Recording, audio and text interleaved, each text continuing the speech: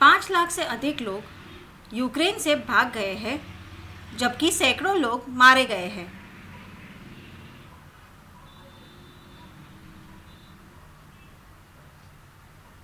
पिछले हफ्ते भारत ने कहा था कि करीब 20,000 भारतीय यूक्रेन में फंसे हुए हैं।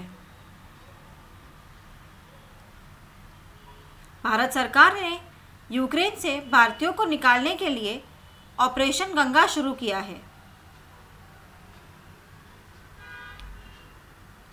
हालांकि यूक्रेन से निकासी चुनौतीपूर्ण साबित हुई है, क्योंकि यूक्रेन का हवाई क्षेत्र बंद है। यूक्रेन की पश्चिमी सीमा से भारतीय लोग भाग रहे हैं।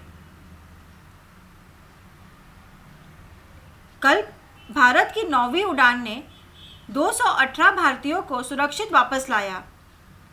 उड़ान ने रोमानिया के बुखारेस्ट से उड़ान भरी थी।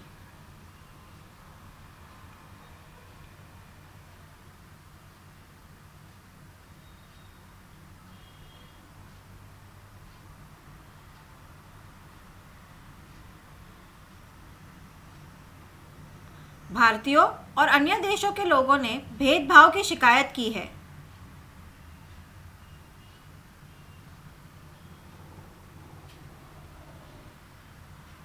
क्योंकि उन्हें निकासी की अनुमति नहीं दी जा रही है और यूक्रेन के नागरिकों को प्राथमिकता दी जा रही है।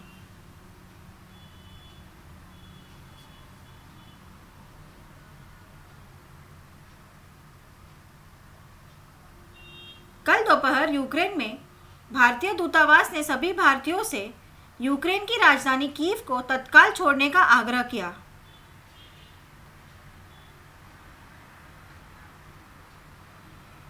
अधिमानतः उपलब्ध ट्रेनों द्वारा या किसी भी अन्य माध्यम से। विशेषज्ञों का कहना है कि ऐसा इसलिए है क्योंकि भारत सरकार कीव पर खतरनाक हमले की उम्मीद कर रही है, क्योंकि ये उनकी राजधानी है।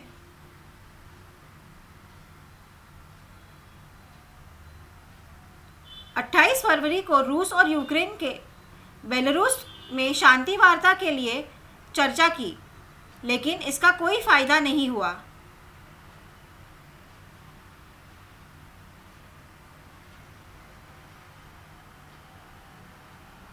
कल रूसी सेना ने खार्किव पर बमबारी की, जिसमें दर्जनों नागरिक मारे गए।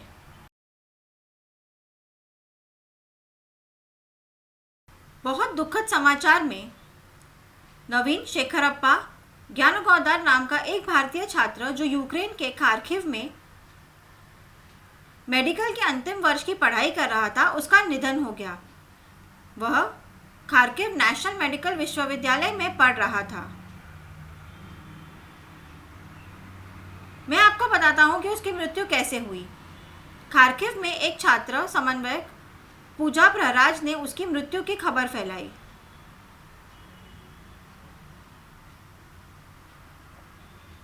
उसने कहा, विश्वविद्यालय का छात्रावास खाना मुहैया करा रहा है, लेकिन क्योंकि वह एक फ्लैट में रहता था, इसलिए उसे खाना नहीं मिल रहा था। उसने गवर्नर हाउस के ठीक पीछे एक अपार्टमेंट किराए पर लिया था।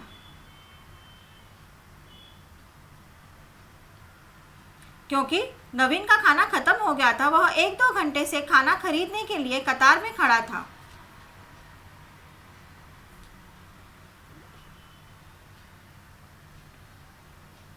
अचानक एक रूसी हवाई हमला हुआ, जिसने गवर्नर हाउस को उड़ा दिया और नवीन मारा गया।